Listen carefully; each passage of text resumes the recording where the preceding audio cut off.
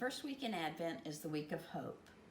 Hope is defined as a feeling of expectation or desire for a certain thing to happen or a feeling of trust. We may have feelings of hope for a new job, a trip we want to go on, a blessing of a baby, the healing of a loved one, or even just to have 2 pinks in your Starburst candy rather than yellow.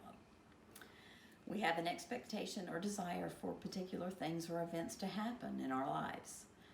Sometimes this hope is what helps us to drive us in our thoughts, words, and actions in our daily lives. This hope gives us security and comfort as we have that trust that these things or events may happen for us. That job we have hoped and prayed for is offered to us. The trip we have been planning and saving for is actually able to happen. We are given the wonderful news of a growing of our family, or there were 2 pinks in our Starburst candy wrapper. Jesus tells us in the book of Mark, chapter 9, verse 23, "If you can," Jesus said, "everything is possible for one who believes." He wants us to have hope. He wants us to believe and have faith. But sometimes this hope can overcome our minds, thoughts, and actions so much that we can lose who we are and what we should have our hope in.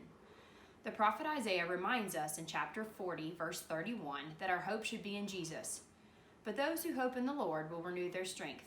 They will soar on wings like eagles. They will run and not grow weary. They will walk and not be faint."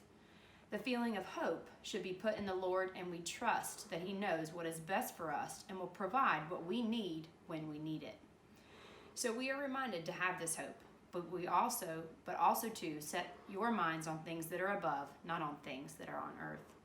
As you continue your days and remain to have hopes as you should, please remember to look vertically for strength and trust for all that you need.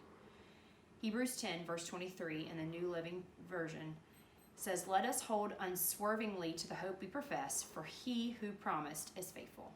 The word of God for the people of God. Thanks be to God.